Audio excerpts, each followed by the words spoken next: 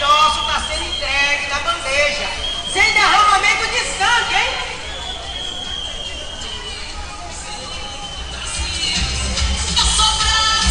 Olha só, gente. Se a classe que vive do trabalho tivesse a noção do que está para acontecer, essa greve do dia 28 seria por tempo indeterminado. Isso quem fala é o André Machado, da 6ª Região do Trabalho. Então fiquem atentos, viu?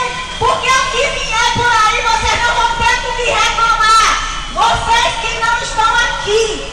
Então, é como a Elaine falou, se você não lutar pelo futuro que quer, vocês vão aceitar o futuro que vier. Nós temos aqui um questionamento, né? Alguém chegou aqui e perguntou, cadê os professores? Aí eu vou só dar uma resposta.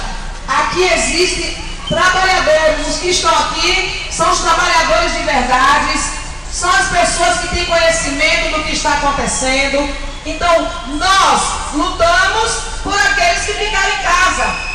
Nós lutamos por aqueles que acham que quer ficar no seu compromisso.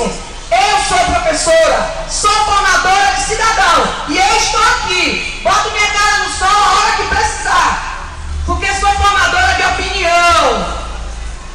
Então existem profissionais e profissionais. Não são todos que são profissionais de verdade. Tem gente que está apenas em busca de um emprego, mas ser profissional de verdade são poucos. Então eu não ligo para aqueles que não vieram, mas eu estou aqui. E tenho certeza, os colegas que estão aqui, é a força da categoria, é a força do povo que nos representa.